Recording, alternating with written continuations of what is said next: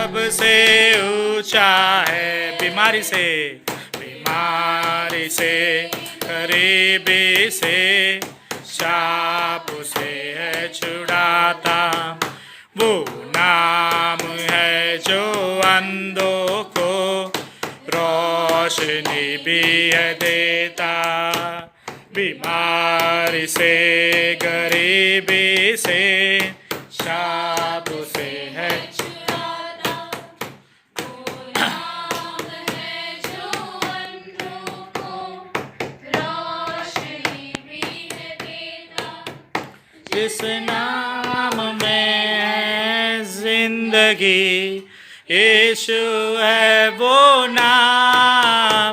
जिस नाम में है बंदगी, यीशु है वो नाम।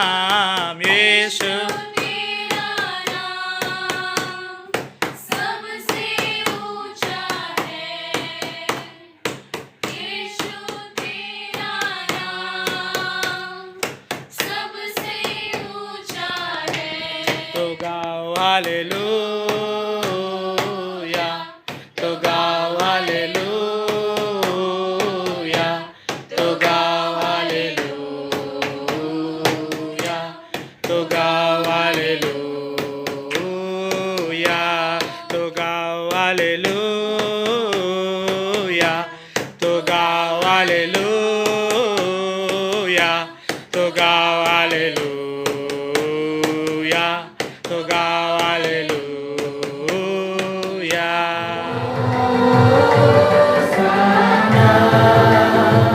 तू राजाओं का है राजा, तेरी महिमा होवे सदा।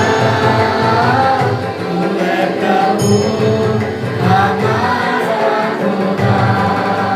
प्यारे पिता, हमारे पिता,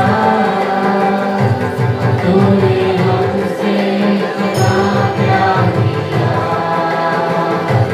हमें पापों से छुड़ाने को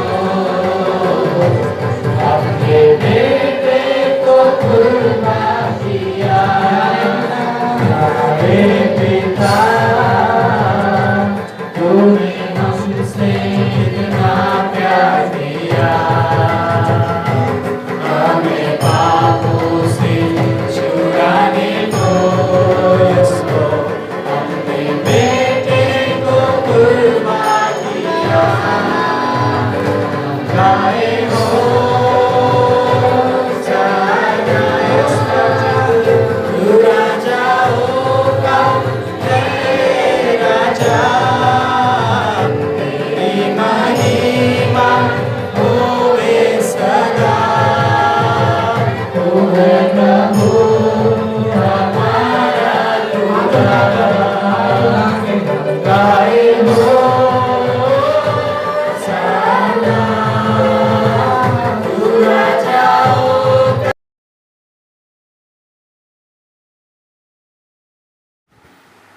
प्रिय यीशु मसीह के मीठे और मधुर नाम में आप सभी को जय मसीह की। आशा रखता हूँ आप सभी लोग आशीर्वादित हैं और परमेश्वर के आशीषों में दिन प्रतिदिन बढ़ रहे हैं। आइए आज के मनन चिंतन के लिए जो पाठ चुना गया है उसकी ओर हम बढ़ते हैं, जो पाया जाता है व्यवस्था विवरण उसका 28वां अध्याय 8वां वचन। From the book of Deuteronomy chapter 28 verse 8 Hindi में इस प्रकार लिखा है, तेरे खेतों पर और जितने कामों में तू हाथ लगाएगा उन सभी पर यहोवा आशीष देगा। इसलिए जो देश तेरा परमेश्वर यहोवा तुझे देता है उसमें वह तुझे आशीष देगा। In English it says in such way, the Lord your God will bless your work and fill your barns with corns. He will bless you in the land that he is giving you. प्रभु के वचन पढ़े और सुने जाने पर हम सभी को आशीर्वादित करें। आज के वचन को जब हम पढ़ते हैं, परमेश्वर यहोवा हमसे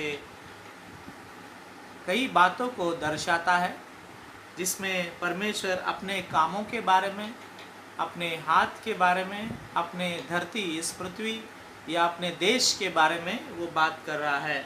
यदि हम इस पर गौर फरमाएंगे, 8वां वचन कहता है, तेरे खेतों पर और तेरे कामों में तू आशीष, तेरे कामों में तू हाथ लगाए, उन सब पर यहोवा आशीष देगा। इट सेज, जब हम खेत में काम करते हैं और जिन कामों में, अगर यदि आप खेत में काम नहीं करते होंगे और विभिन्न काम करते होंगे, जैसे आप इंजीनियर है या डॉक्टर है या टीचर है या आप वॉचमैन है या आप स्वीपर है या आप क्लीनिंग स्टाफ है या आप पास्टर है, डीएस है, बिशप है, या आप जो भी छोटे से लेकर बड़े काम, जो भी काम आप क्यों ना करते होंगे, परमेश्वर यहोवा आज हमसे कह रहा है, तेरे खेतों में और जिन जिन कामों में तू हाथ लगाता है, वो मैं हो या आप हो, आपके रिश्तेदार हो, आपके भाई बहन हो, या मेरे परिवार हो या मेरे रिश्तेदार हो, उन सभी में परमेश्वर हमें क्या देगा? आशीष देगा, ऐसा वो कह रहा है। फिर एक बार मैं आपके सामने पढ़ना चाहूँगा, तेरे खेतों पर और जिन कामों में तू हाथ लगाएगा, उन सभी पर यहोवा आशीष देगा। कई सारे लोग, जब हम इस कोरोना महामारी को देख रहे हैं, गया साल हो 2020 हो या ये 2021 को जब हम देख रहे हैं कि कल से लॉकडाउन शुरू हो चुका है, फिर एक बार थाने डिस्ट्रिक्ट हो, नवी मुंबई हो या विभिन्न डिस्ट्रिक्ट महाराष्ट्र के हो या कुछ स्टेट हो जैसे एमपी हो या विभिन्न स्टेट हो, वहाँ पर लॉकडाउन चल रहा है, क्योंकि कोविड जो है बहुत ही ज़ोर शोर से बढ़ रहा है। और इस कोविड के बढ़ते चढ़ते में लोगों का नुकसान हो रहा है। जैसे पिछले साल हमने देखे थे, 3 से 4 महीने पूरा लॉकडाउन था। जो लोग ऑनलाइन काम कर रहे थे उन्हें सैलरी मिल रही थी, तो उन्हें कई बार हाफ सैलरी भी मिल रही थी। कोई ऐसे लोग जो दुकान में काम करते हैं, जिनके शॉप्स है, जिनके बिजनेस है, जो बाहर निकल के ही काम कर सकते हैं, ऐसे लोगों की बहुत परिस्थिति खराब थी। उनके कामों में आशीष नहीं था, उनके खेत में वे जा नहीं पा रहे थे लॉकडाउन के वजह से, और बहुत सारा नुकसान उन्हें झेलना पड़ा। पिछले साल की ही बात मैं कर रहा हूँ। ये साल भी, ये महीने भी कोरोना फिर आपके और मेरे सामने आ रहा है। कोई कहता है ये पॉलिटिकल स्टंट है, कोई कहता है कि पॉलिटिक्स अपने पैसे बचाने या जवाब ना देने के कारण लॉकडाउन कर रहे हैं। कोई कहता है सचमुच कोरोना बढ़ रहा है, कोई कहता है सब झूठ है, सब कमाने के धंधे हैं। इन सभी बातों को आज हम परमेश्वर के सामने रखेंगे। यीशु मसीह आज के वचन में आपसे और मुझसे ये बात कह रहा है, यदि आपके खेत और कल्याण है, यदि आप कौन से भी काम क्यों ना करते हो जिसमें आप हाथ डाल रहे हो, उस कामों में परमेश्वर आपको और मुझे आशीष देगा। आशीष देने का मतलब हम शांति में रहेंगे, जितनी हमारी ज़रूरत है उतना हम खा पाएंगे, जितनी हमारे परिवार की ज़रूरत है परमेश्वर हमें ज़रूर देगा।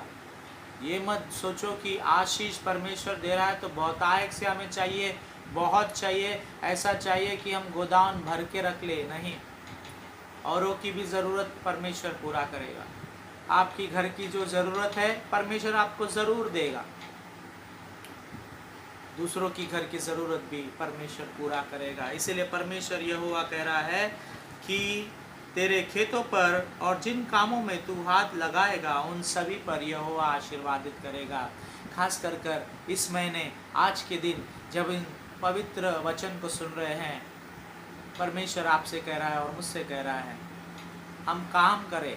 ऐसे लोग जो आलस कर रहे हैं, ऐसे लोग जिनको काम करने की मन नहीं है, उन सभी को कह रहा है आप काम करिए। जो काम में आप हाथ लगाओगे उसे परमेश्वर आशीष देगा।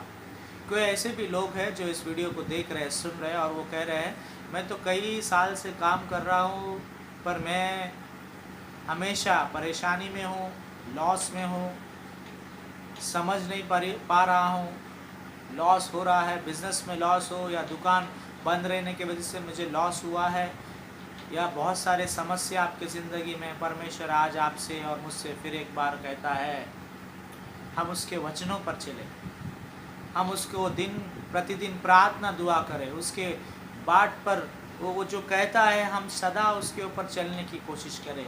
हम कई बार उसके वचनों पर नहीं, पर हम जिस तरह चाहते हैं उस तरह हम चलते हैं, और जब हम गिर जाते हैं हमें लगता है हमारा नुकसान हुआ है, हमारा फ़ायदा नहीं हुआ है। परमेश्वर हमारे साथ ऐसा क्यों कर रहा है? क्यों कर रहा है? क्योंकि परमेश्वर जिस तरह चाह रहा है हम उस तरह नहीं कर रहे हैं, हम कुछ और ही सोचते हैं। परमेश्वर की योजना हमारे लिए कुछ और ही होती है। खास करके आज के शाम परमेश्वर आपसे और मुझसे ये कहता है कि जिस काम में हम हाथ लगाएंगे परमेश्वर हमें उसमें आशीष देगा।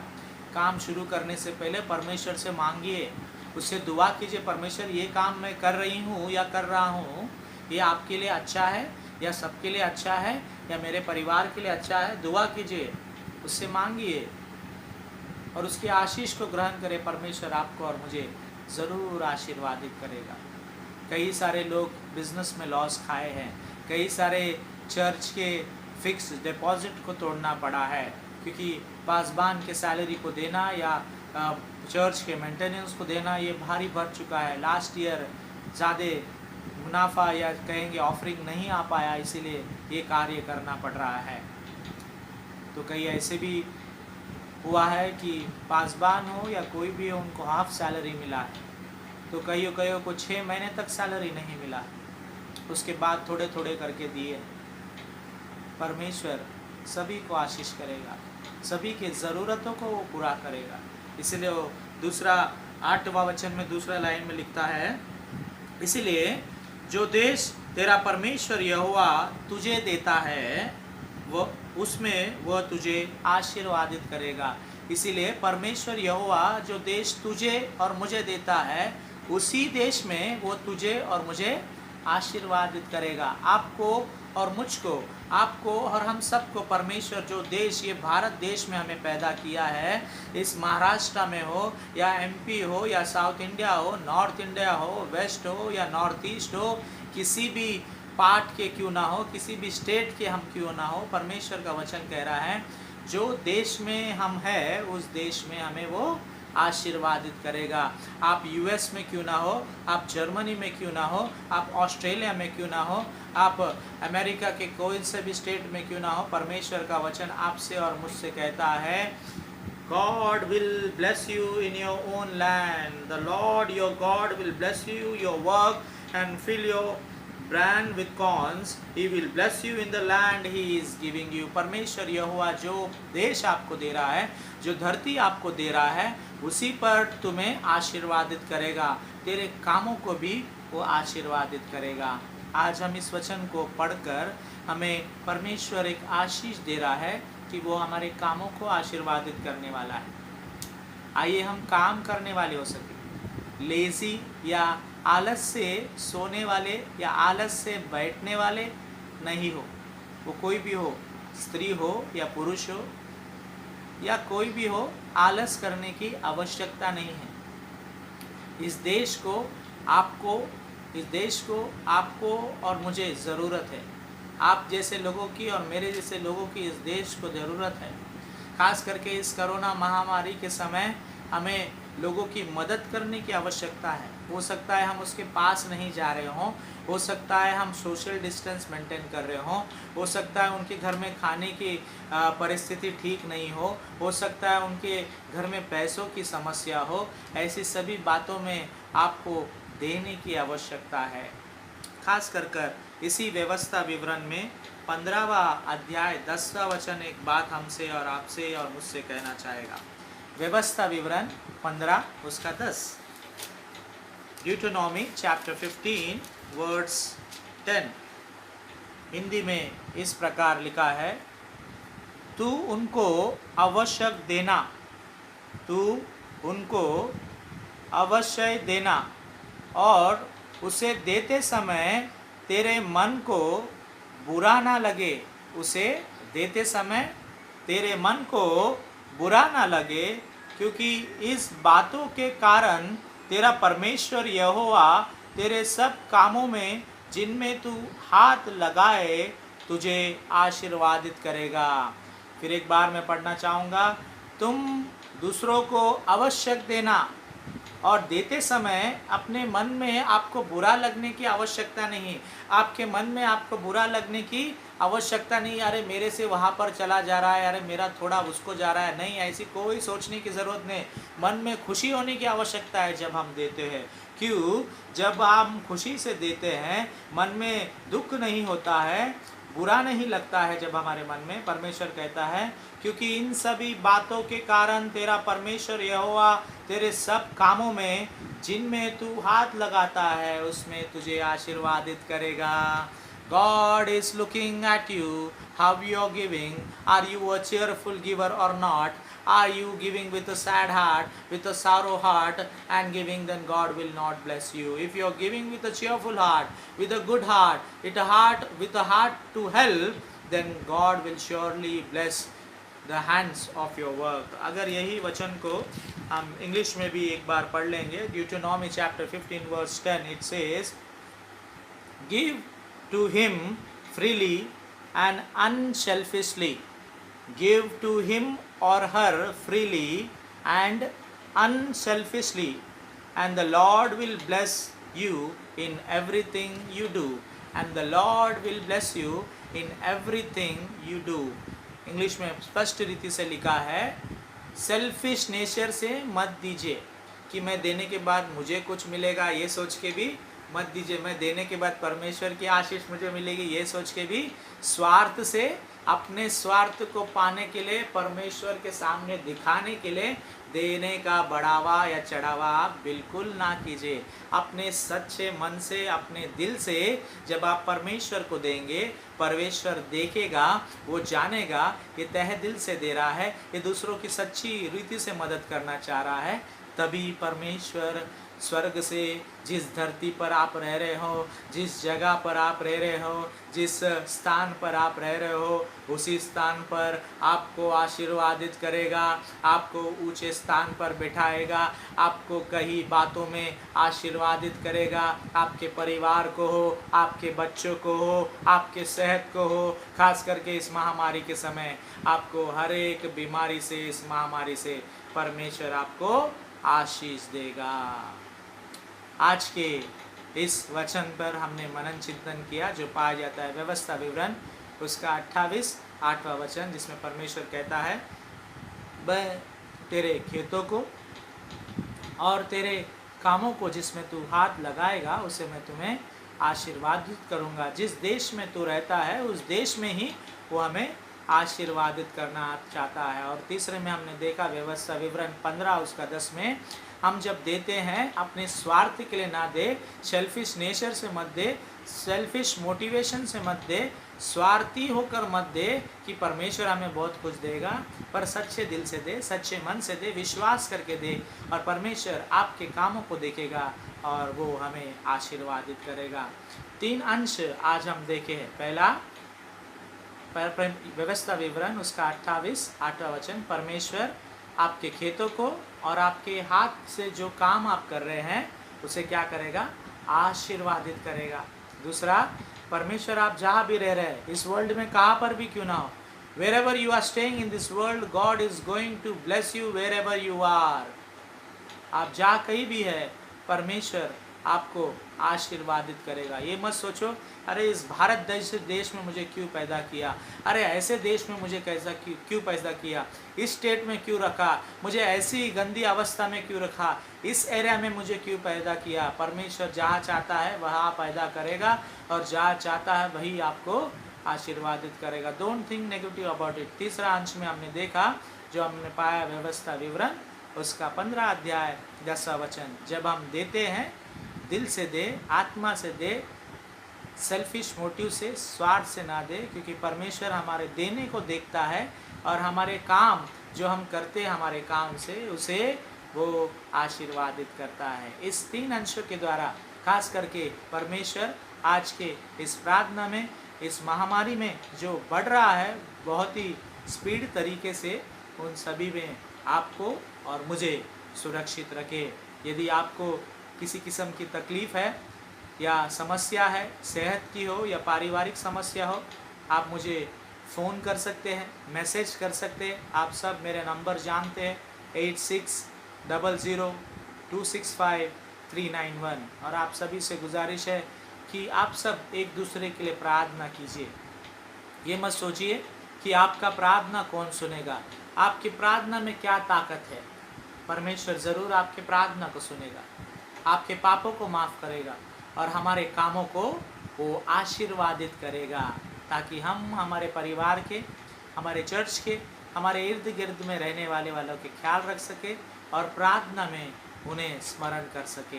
खास कर आप सभी को परमेश्वर यीशु मसीह इस 3 अंशों के द्वारा आशीर्वादित करे।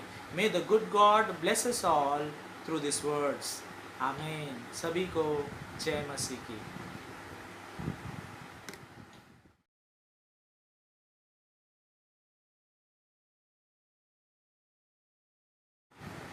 अनाउंसमेंट कुछ इस तरह है, जैसे कि आप सब टीवी में भी देखते होंगे, न्यूज़पेपर में भी पढ़ रहे होंगे, व्हाट्सएप में भी देखते होंगे कि 30 अप्रैल तक लॉकडाउन किया गया है और इस लॉकडाउन में धार्मिक स्थान सभी के लिए बंद रहेंगे।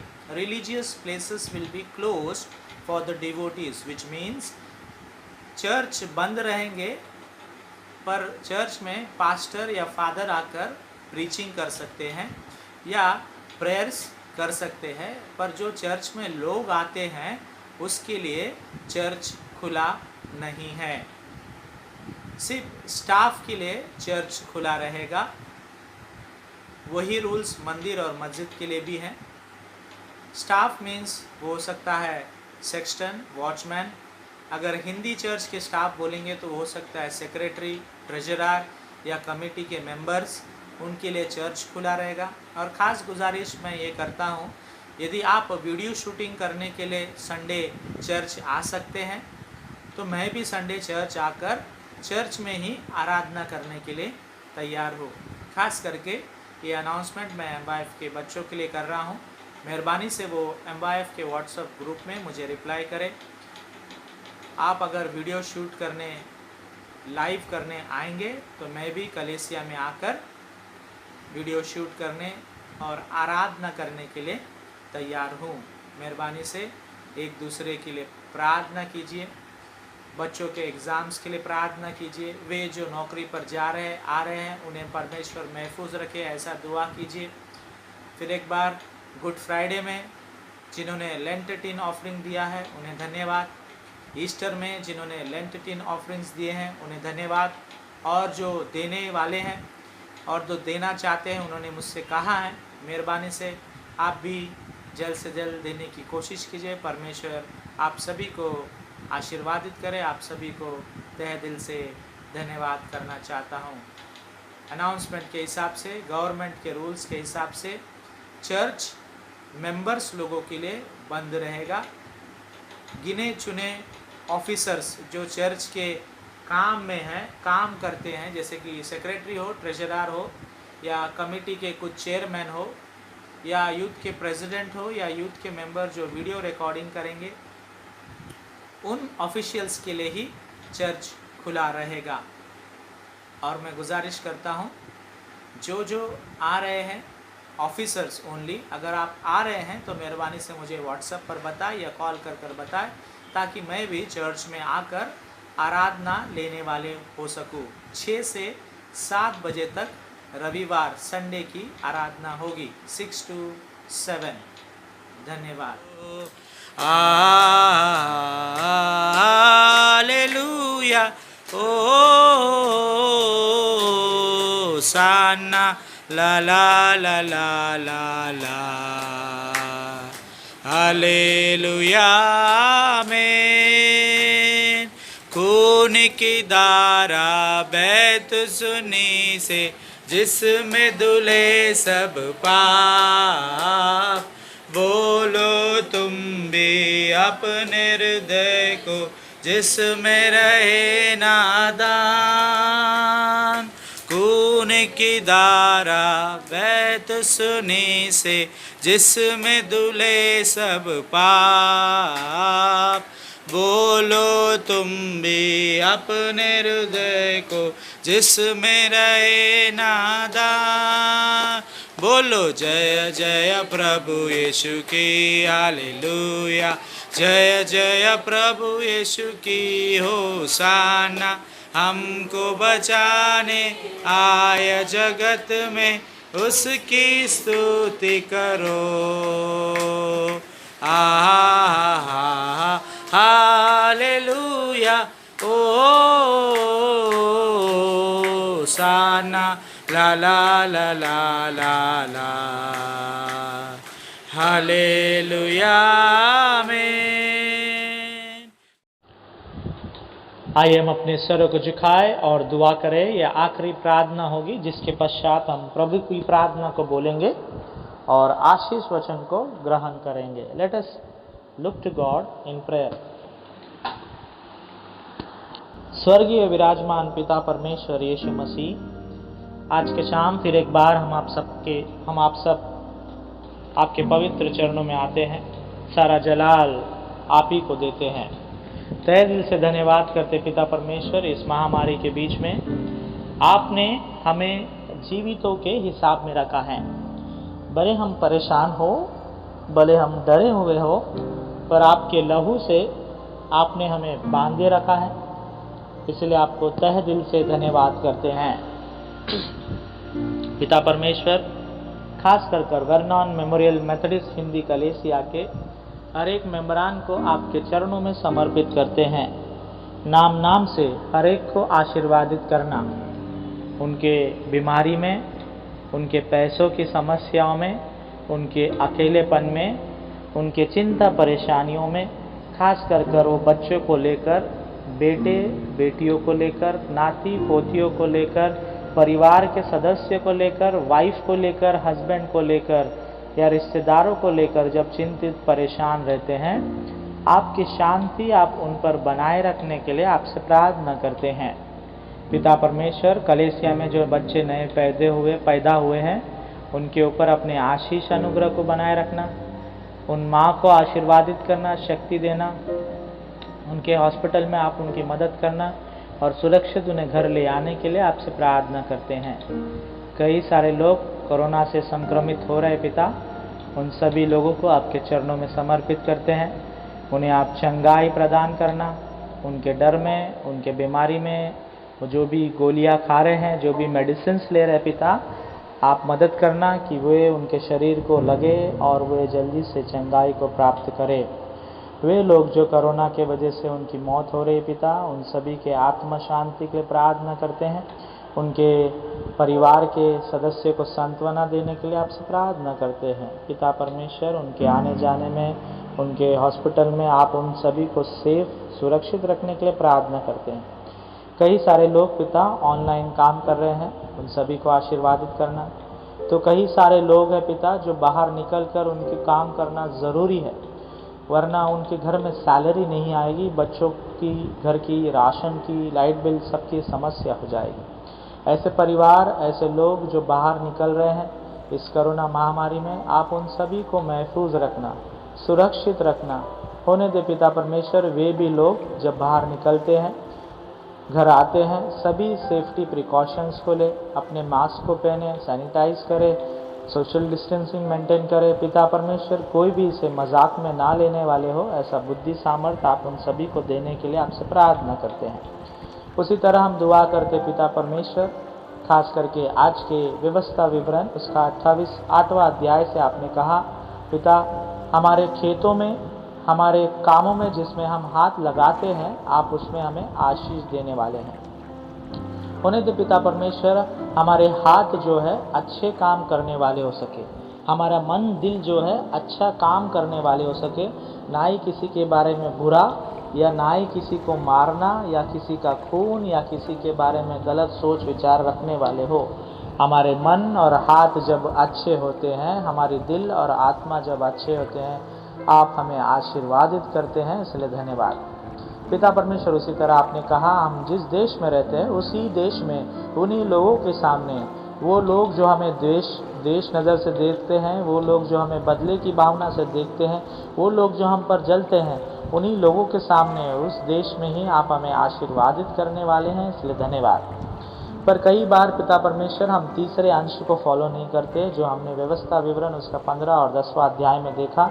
हमें देने की आवश्यकता है और निश्चय आवश्यक ही देने की आवश्यकता है जो लोग ज़रूरत में हैं, और देते समय हमें मन में बुरा लगने की आवश्यकता नहीं कि हमारे में से थोड़ा चला जा रहा है या हमारा बैंक बैलेंस ख़त्म हो रहा है, पर सच्चे मन से, दिल से, आत्मा से देने की आवश्यकता है, क्योंकि वहाँ पर लिखा है, पिता पवित्र शास्त्र कहता है, परमेश्वर हमारा मन दिल को जांचता है और वो हमें हमारे कामों को आशीर्वादित करता है।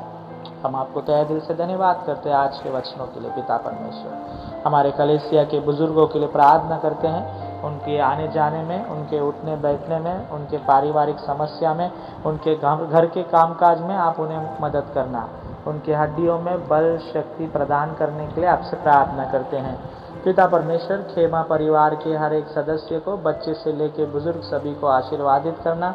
उसी तरह जादव परिवार के हर एक सदस्य, बच्चे से बुजुर्ग सभी को आशीर्वादित करना।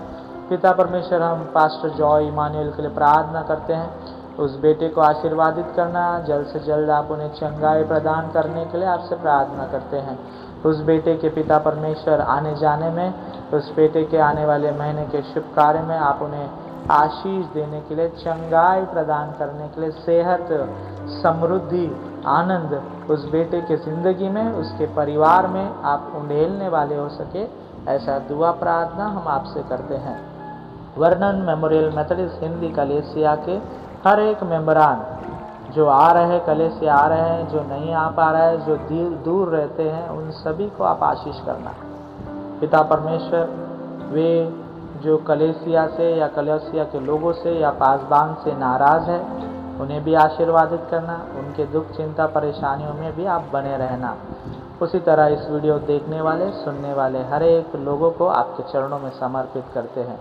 पिता परमेश्वर, जैसे कि कोरोना के वजह से चर्च की आर्थिक स्थिति बिगड़ी हुई है, फाइनेंशियल कंडीशन वीक हो चुकी है, हम प्रार्थना करते हैं इस फाइनेंस को आप बढ़ाएं, इस फाइनेंस को पिता परमेश्वर आप आशीर्वादित करें।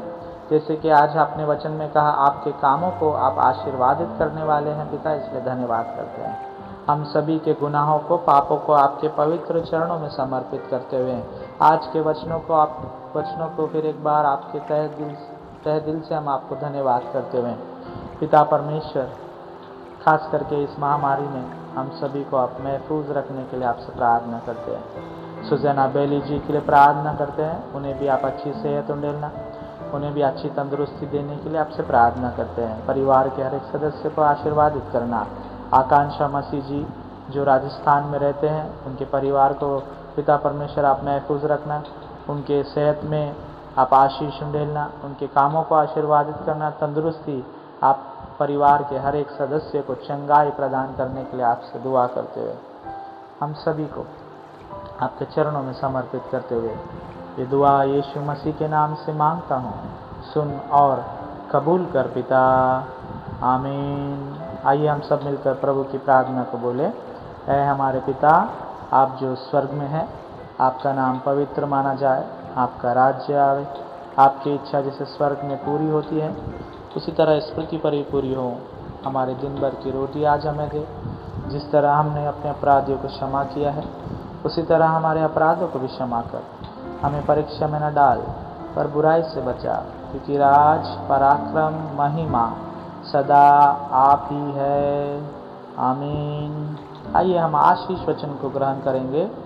अब हमारे खुदावंद यीशु मसीह का फजल, खुदा बाप की मोहब्बत और रूह पाक की शिराकत और रिफाकत हम सबों के साथ, वर्णन मेमोरियल मेथोडिस्ट हिंदी कलीसिया के साथ, इस वीडियो देखने और सुनने वाले हर एक के साथ, खास करके पास्टर जॉय इमानुएल के साथ, मिसेस सुजैना बेली जी के साथ, राजस्थान में रहने वाले हमारे सदस्य आकांक्षा मसीह, उनके माता पिता, बेटे और परिवार के हर एक सदस्य के साथ, सुख भरा, शांति भरा, चंगाई भरा, आशीष भरा अब से लेकर परमेश्वर के दूसरे आगमन तक बनी रहे। आमीन।